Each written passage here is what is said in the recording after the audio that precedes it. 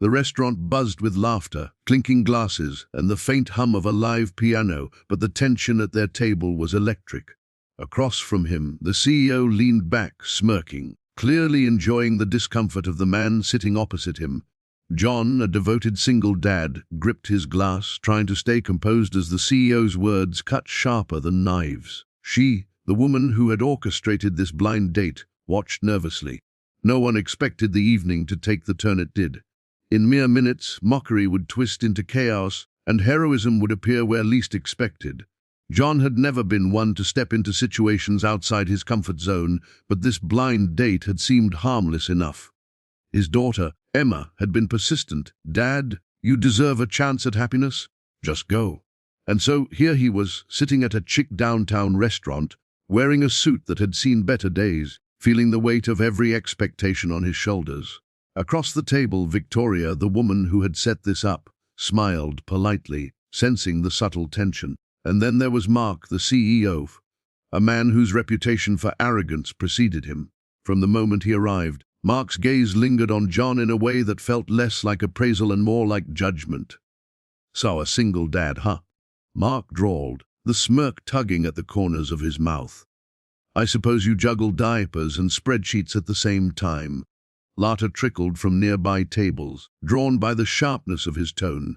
John forced a laugh, trying to remain composed, but each word stung like cold wind.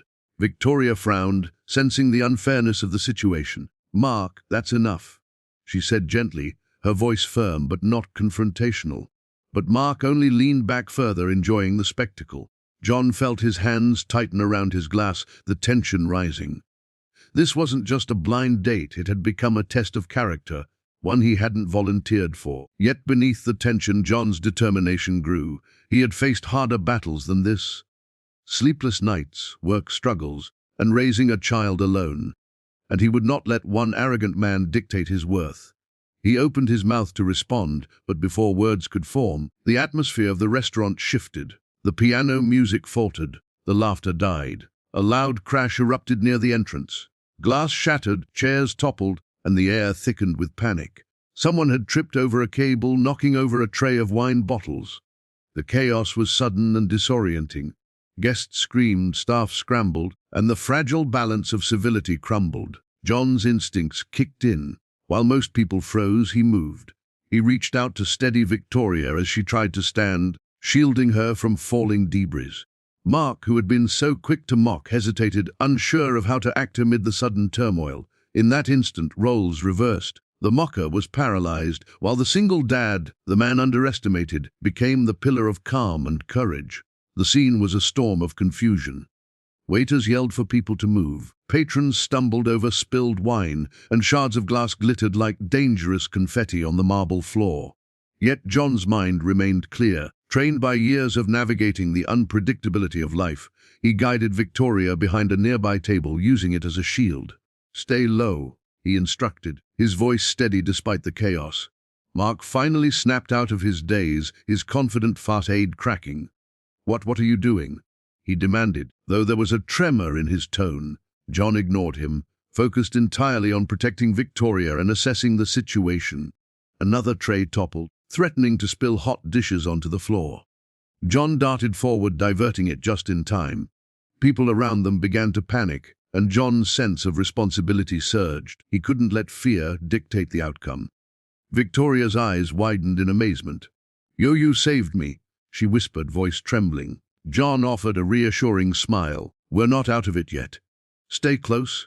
Every movement required precision. One wrong step could lead to injury. And yet, as he maneuvered through the chaos, his mind replayed the earlier ridicule, the mockery of Mark.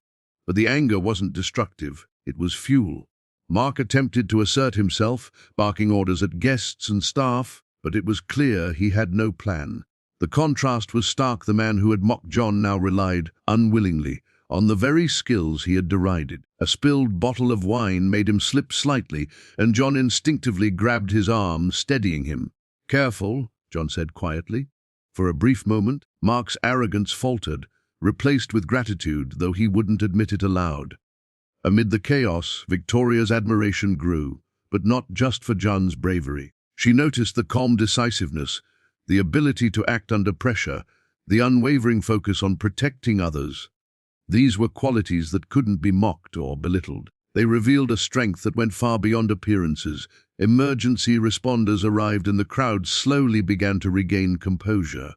Chairs were righted, broken glass swept away, and the restaurant returned to a semblance of order. Victoria let out a sigh of relief, and John finally exhaled, feeling the tension ebb.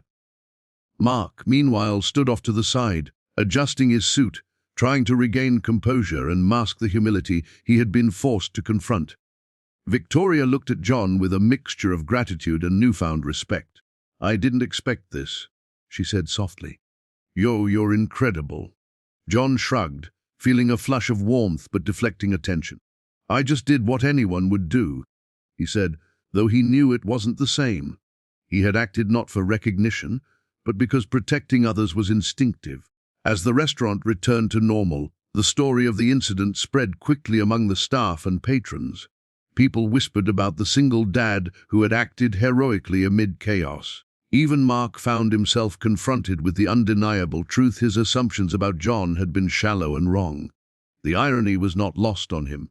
Victoria, grateful and impressed, insisted on buying John a drink, though he politely declined. "I'm fine," he said, still processing the adrenaline. But her insistence persisted, and soon they were sitting at a quieter corner table, the world outside the small bubble of calm. The dynamic had shifted completely. The man who had mocked was humbled. The man he had ridiculed had shown courage, grace, and leadership. Mark approached the table, tension written across his face. "I owe you an apology," he said stiffly, words awkward and unfamiliar on his tongue. John studied him carefully. There was no hostility in his heart, only a recognition that people often reveal their true character under pressure. "Apology accepted," John replied, simply nodding. It was the kind of closure that didn't require fanfare, just acknowledgement. Victoria leaned back in her chair, a smile tugging at her lips. She had orchestrated the blind date with hopes of connection, but she hadn't anticipated the life lesson unfolding before her eyes. "You know," she said to John, "I think I might have underestimated you." John chuckled, the sound warm and unguarded. "I could say the same about someone else tonight," he replied, casting a subtle glance at Mark, who offered a sheepish smile in return. As the evening drew to a close, the air had changed. What began with mockery and discomfort ended with admiration, gratitude, and a sense of shared humanity. John walked Victoria to her car, the city lights casting reflections on the wet streets. "Thank you for trusting me," he said softly. She smiled, a new understanding passing between them. "No, thank you," she replied, "for being who you are." John left the restaurant that night with a quiet satisfaction. Life was unpredictable, and people could be cruel. But in moments of true crisis, character shone brighter than status or wealth. And sometimes heroism came from the most unexpected places. Mark watched them leave, a new perspective settling in. He had learned in the most humbling way that arrogance could crumble in seconds, and respect was earned through actions, not appearances. And perhaps, he thought, he would never underestimate a single dad again.